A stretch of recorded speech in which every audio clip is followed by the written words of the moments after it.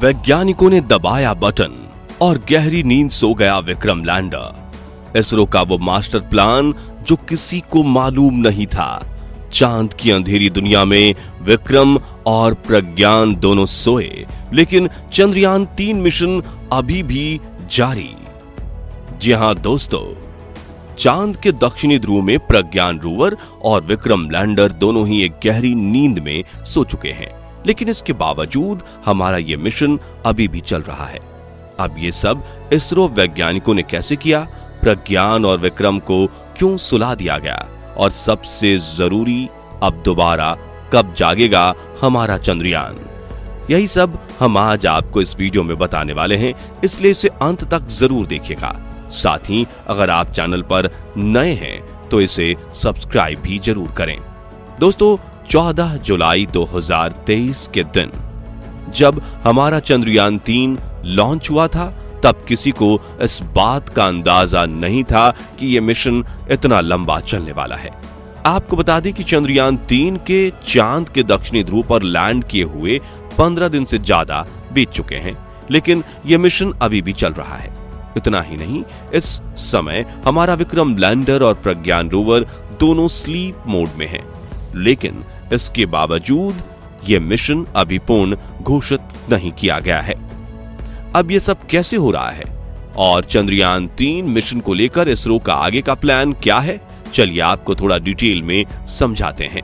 दोस्तों, 23 अगस्त 2023 को जब चंद्रयान 3 ने चांद के दक्षिणी ध्रुव में लैंड किया, तो उसके कुछ घंटे बाद ही इसरो वैज्ञानिकों ने विक्रम लैंडर और प्रज्ञान रोवर को उनके मिशन का असाइनमेंट सौंप दिया था। यानी उन्हें चांद की सरजमी पर कौन कौन से परीक्षण करने हैं और किस किस चीज की रिपोर्ट पृथ्वी पर इसरो को भेजनी है, ये सब कुछ तय करके विक्रम और प्रज्ञान दोनों को काम पर लगा दिया गया था। और क्योंकि ये दोनों ही सौर ऊर्जा पर चलते हैं, इसलिए इन्हें चांद पर रात होने से पहले अपने सभी काम निपटाने थे। दरअसल चांद पर एक दिन पृथ्वी के 14 दिनों के बराबर होता है, यानी कि एक बार जब सूर्योदय होने के बाद लगातार पृथ्वी के 14 दिन तक सूर्य रहता है, और जब सूर्यास्त होता है तो लगातार हमारे 14 दिन तक चांद पर रात होती है। वो भी ऐसी काली रात जिसमें एक भी प्रकाश की किरण नहीं होती, एकदम घटम घोर काली रात होती है। इसलिए अपने प्लान में भी इसरो ने हमें यही बताया था कि लैंड करने के बाद यह मिशन 14 दिनों तक ही चलेगा, जिसके बाद चांद पर रात होने के कारण सौर ऊर्जा नहीं मिल पाएगी और बैटरी डिस्चार्ज हो जाएगी। इस रात वाले समय में यहाँ चांद पर इतनी कड़ाके की ठंड पड़ती है कि चांद के एरिया का तापमान -238 डिग्री सेल्सियस तक पहुंच जाता है, जिससे चंद्रयान के उपकरण खराब होने का डर लगा रहता है। और ऐसे में वैज्ञानिकों का मानना था कि फिर से सूर्योदय के बाद रोवर और लैंडर चार्ज होकर एक्टिव भी हो सकते हैं और नहीं भी। तो साथियों, जैसा कि हम सबको उम्मीद थी, प्रज्ञान और विक्रम दोनों ने समय रहते ही, यानी रात होने से पहले ही, अपने सभी टास्क पूरे कर लिए। अब वैज्ञानिकों ने जैसा सोचा था, इन दोनों की कंडीशंस उससे भी कहीं ज्यादा बेहतर थी। इसलिए प्लान के बदलाव करके यह तय किया गया कि अब यह मिशन सिर्फ 14 दिन नहीं बल्कि आगे अगले लूनर डे भी चलने वाला है। अभी की बात करें तो इस समय चांद के दक्षिणी ध्रुव में रात हो चुकी है और प्रज्ञान और विक्रम दोनों ही अगले दिन निकलने का इंतजार कर रहे हैं। अब ये सब हुआ कैसे, इसकी भी एक बड़ी दिलचस्प कहानी है। चलिए उसके बारे में आपको बताते हैं। दोस्तों, मिशन को अगले लूनर डे तक बढ़ाने की शुरुआत प्रज्ञान रोवर से हुई थी। दरअसल प्रज्ञान रोवर को जो काम सौंपा गया था वो उसने तय समय से 2 दिन पहले ही निपटा दिया था, और इसकी कंडीशन इतनी अच्छी थी कि वैज्ञानिकों के मन में इस मिशन को एक्सटेंड करने का आइडिया आ गया। इसके लिए उन्होंने चांद की इस अंधेरी दुनिया में सबसे पहले एक सुरक्षित स्थान ढूंढा और फिर प्रज्ञान रोवर को वहां ले जाकर पार्क कर दिया। इसके बाद कुछ जरूरी चेक किए गए, जिसमें बैटरी की चार्जिंग परसेंटेज देखना भी शामिल था। साथ ही प्रज्ञान ने अभी तक जो डेटा कलेक्ट किया था वो सारा विक्रम लैंडर के जरिए पृथ्वी पर ट्रांसमिट कराया गया। और सारे काम होने के बाद जब बैटरी पूरी तरह से चार्ज हो गई तो 2 सितंबर के दिन रात में करीब 10 बजे वैज्ञानिकों ने कमांड देकर प्रज्ञान रोवर को स्लीप मोड में डाल दिया। ऐसा करने के लिए प्रज्ञान रोवर के सभी सिस्टम को ऑफ किया गया, जिसमें इसके payload alpha particle x ray spectrometer यानी एपी एक्सिस और लेजर इंड्यूस्ड ब्रेकडाउन स्पेक्ट्रोस्कोपी यानी लिब्स भी शामिल थे। लेकिन वैज्ञानिकों ने इसके रिसीवर को ऑन ही रखा है ताकि इसे स्लिप मोड से बाहर आने की कमांड दी जा सके। प्लान के अनुसार प्रज्ञान रोवर 22 सितंबर तक स्लीप मोड में रहने वाला है, क्योंकि चांद के इस हिस्से में अगली सुबह अब 22 सितंबर को इसका इस्तेमाल किया जाएगा। यही वजह है कि वैज्ञानिकों ने स्लीप मोड में डालने से पहले रोवर की बैटरी को भी फुल चार्ज करके छोड़ा है, ताकि इन 20 दिनों तक इसका रिसीवर ऑन रह सके। वहीं दूसरी तरफ विक्रम लैंडर की बात करें तो वो भी इस समय स्लीप मोड में है, लेकिन उसको प्रज्ञान रोवर से 2 दिन बाद इस मोड में डाला गया था। दरअसल प्रज्ञान रोवर की तरह विक्रम लैंडर का काम 2 सितंबर को पूरा नहीं हो पाया, जिसके चलते इसने आगे 2 दिन और काम किया और जब सारा काम निपट गया तो वैज्ञानिकों ने इसको भी स्लीप मोड में डालने की प्रक्रिया शुरू कर दी। इसके लिए बेंगलुरु के इसरो बेस में मौजूद वैज्ञानिकों ने बटन दबाकर पहले इसके इंजन को ऑन किया और इसके बाद हवा में करीब 40 सेंटीमीटर ऊपर उड़ाकर इसे 30 सेंटीमीटर दूर प्रज्ञान रोवर की बगल में लैंड करवा दिया गया।